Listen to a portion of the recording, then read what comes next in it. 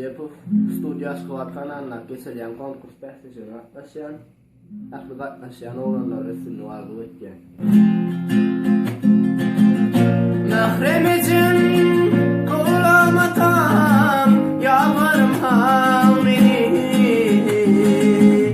Yaşlı ettin, kim ağlattın, dinlemem sizi.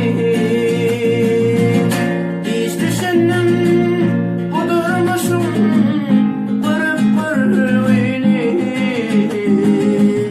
İnni çektirmen azini, ömür yaş boldum.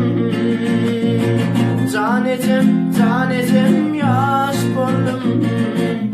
Öğütlüğünden daş kaldım.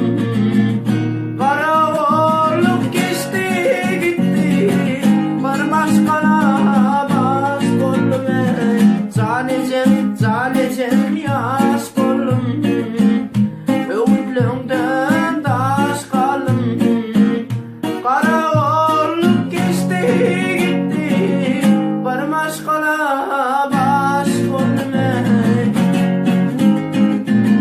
Yanımdaki oğlanları, dostlarım sahip. Uçup geldim yemişelim asmana gayip.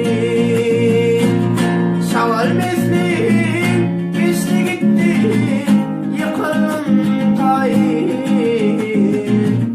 Son tanıdım dostlarımı, ömür yaş boldum. Canecem yaş boldum. Öğütlüğünden daş kaldım.